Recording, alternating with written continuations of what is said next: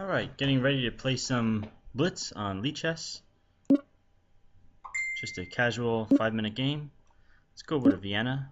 Idea being play f4, stopping d5 from black. This is an interesting line. Actually, this knight a4 is supposed to be good. Now bishop takes f2 is a line with queen coming in, but I don't remember all the analysis, but that's actually a win for white. Oh, so he doesn't even want to go in for that. Kind of makes my knight on a4 look a little silly, but then again, he's wasted a tempo with the bishop. I'll say well, I could open the position. Let's just develop for now. Developing, I am maxing for trouble with b5, but could play d3 for now. Pretty standard opening. Let's try and get castled. Okay, now he's threatening b5, winning a piece, so I have to bring the knight back, or drop the bishop back for that matter, but this is probably better. Okay. This little opening adventure does not seem to have worked out well. Can't take 3 times on d5, that would lose a piece. Might as well... do I have to take it all? I probably need to open up a little space for my pieces. So this is definitely a better position for black. I've mishandled this quite a bit. Okay, let's just castle. He's probably going to play knight c6 to d5 to hit this. But at the moment, that's 3 little green circles, so at the moment it takes him a little too long to pull that off. I always have, yep, predictable. I have h3 here. Should be helpful. I have queen d2, which looks awkward, but might get me out of this jam. I don't want to play g4. It's a little too committal. Little too committal.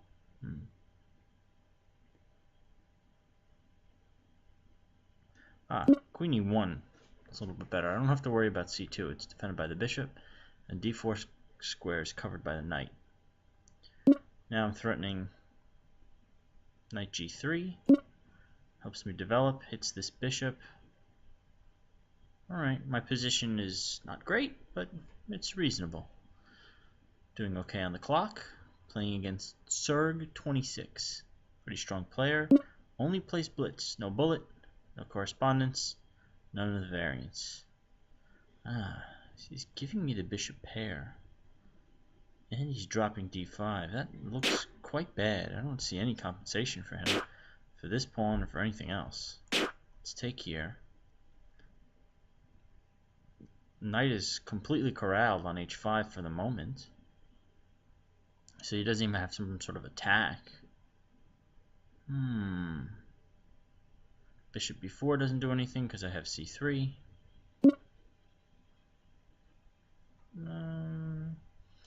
Bishop c5. Not that useful.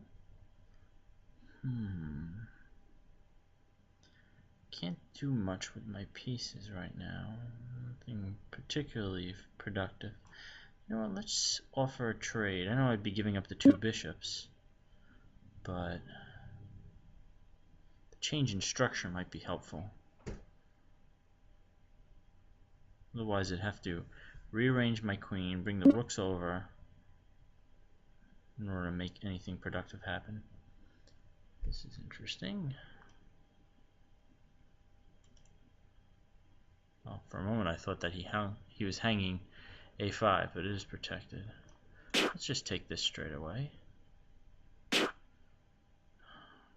I play queen b4? Is that an idea? Queen e3.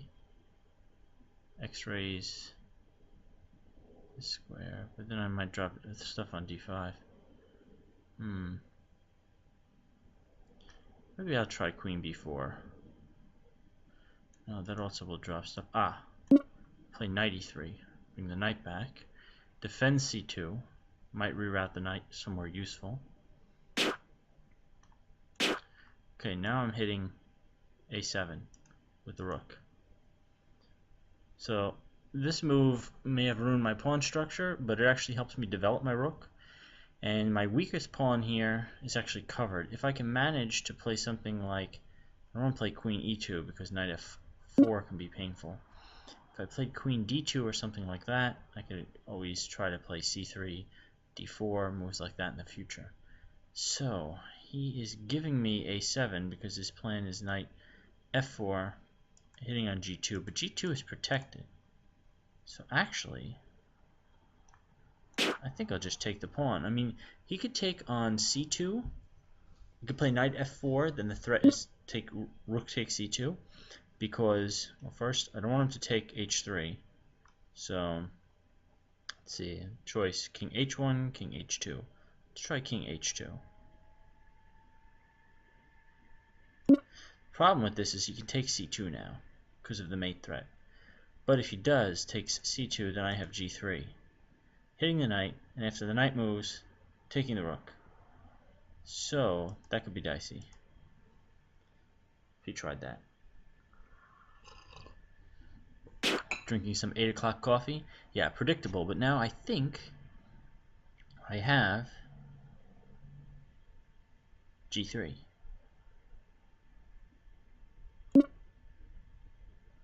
The worst he could do, I didn't really think about, yeah, of course he plays it instantly. I didn't think about it until it was too late.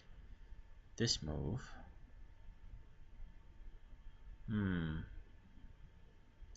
This is painful. I think he wins his material back, actually. Clever, clever move.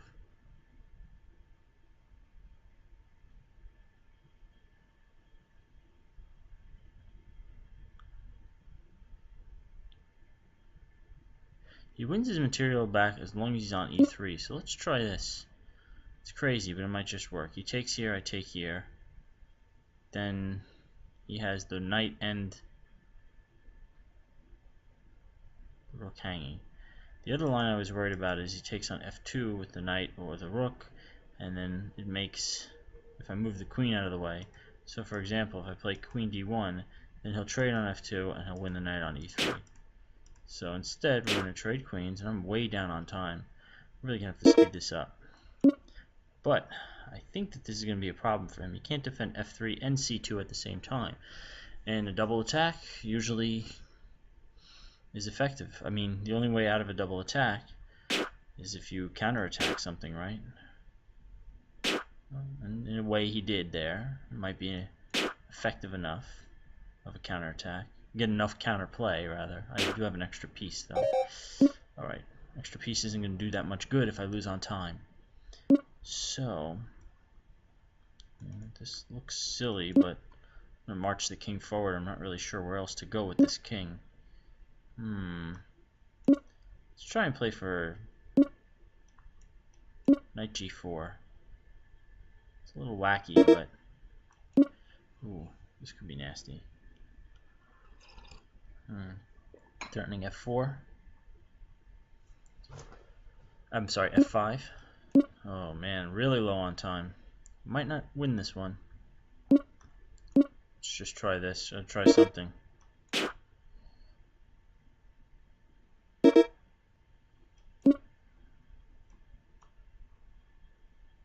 This saves me the arrangement of the rooks and knights. Yikes. Oh, that was a bad move. Yikes. What a wild position. Well, I lost on time in a bad position.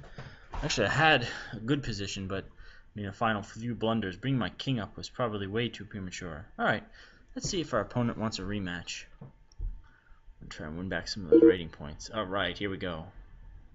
Bonus game. Let's play e4, e5. Oh, interesting. Move order here can be a little tricky if you're trying to avoid certain gambit lines. This gets me into the two knights defense, which I feel somewhat comfortable with. And this is sort of a classical Roy Lopez. No, well, it's not, but it's a Italian game. The designation doesn't really matter. I just think that black is okay here. This is a little bit of a weird move, but I'm going to try it. I like playing h6 in these positions. The bishop bishop g5 move can be really annoying in some cases. So I think it's worth the tempo and the weakness just to cut it out. Now, have a solid center. You can take here if you want and open up my rook just like the last game. I don't want to do the same thing here with his piece. Okay, I'll take that and harass your bishop. Again, I want to keep the tension between these dark square bishops. Do the same thing here with the light squares. Allow him to open up the F file for me if you would like to. Did I miss this? Is this going to be a problem? He's breaking in the center. Do I have to take? Probably. Actually, don't have to take. Let's trade the light squared bishops first. Then, oh wait, no. Here, take. Yeah, let's see what happens here. Could end up with a pretty much symmetrical position, with slightly more aggressive posting for his knight versus mine. Might have to acquiesce to a draw in this position. No, he doesn't want one, does he? Okay. Can I threaten e4 in a way? I don't think this will work for him. This is very curious. I think he's just dropping e4. I mean, what does he get out of this?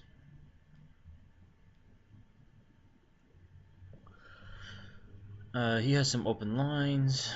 I don't think he can really open anything. You know, a bishop bishop h6 sacrifice could have been interesting. Here, do I want to trade the bishops before taking? Oh, I can't trade the bishops because then I can't take e4. I guess it's now or never. Take e4, I could always retreat to f5 or c6 if I get attacked by a rook. Not threatening to take on d4 again. I don't have enough firepower. Let's play here. Maybe c6 was a better square. He can't get into e7. My knight's doing a good job of covering these dark squares. Dark squares. Keeping my king safe. If you notice, a knight not only moves always to an opposite colored square, but the pattern will make a circle. It's actually a neat little trick or a neat little thing to keep in mind that makes it easier to spot knight moves, which are usually the more difficult moves to see, especially in Blitz or especially if you're a beginner. This is an aggressive square for the knight. Where does my queen go? The queen... where does the queen go?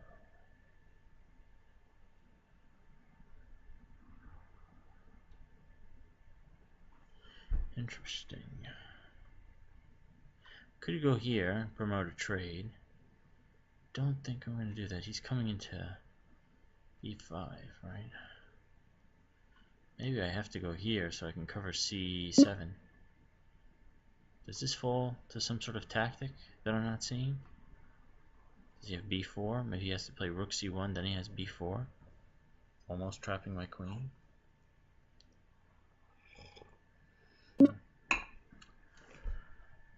No, he just goes back. Interesting. Do I have anything constructive in that position? In this position? That's an issue. Maybe I could play b5. Try and show that my structure is better than his.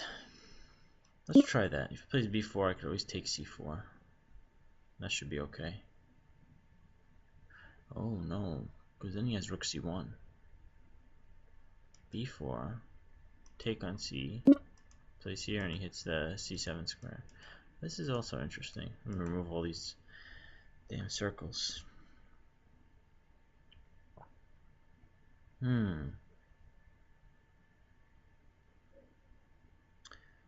Question, do I repair his structure for him? Answer should probably be no.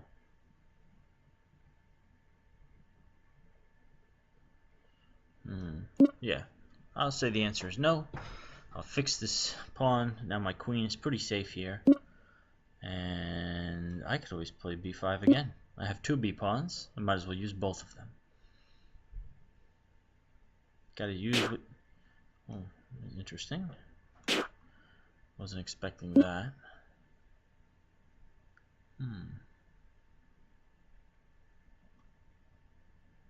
Curious.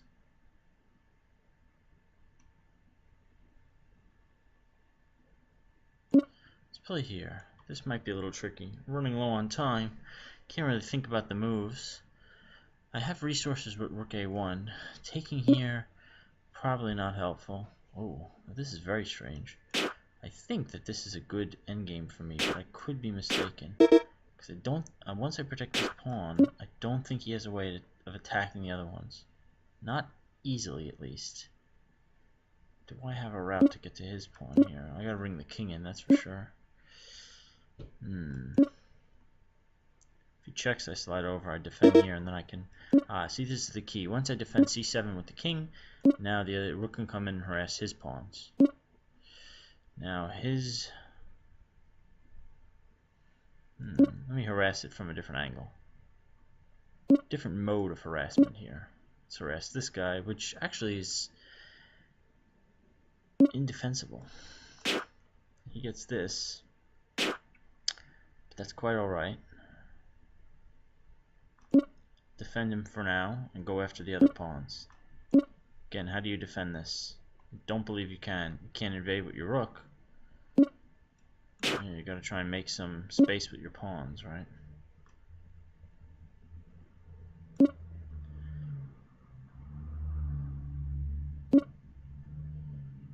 Oh. So he is weakening my structure a little bit. Gonna have to play that, I think. The thing is, his rook is tied down, so he can't afford to go after these other pawns yet. Yes, you try and go after that, I'm gonna swing over.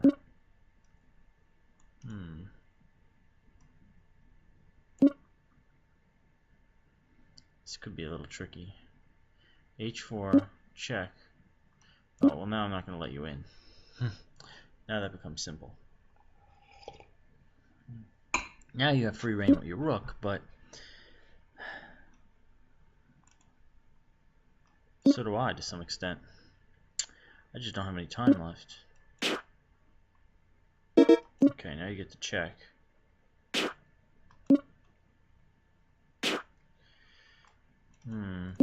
Let's go with our pawn.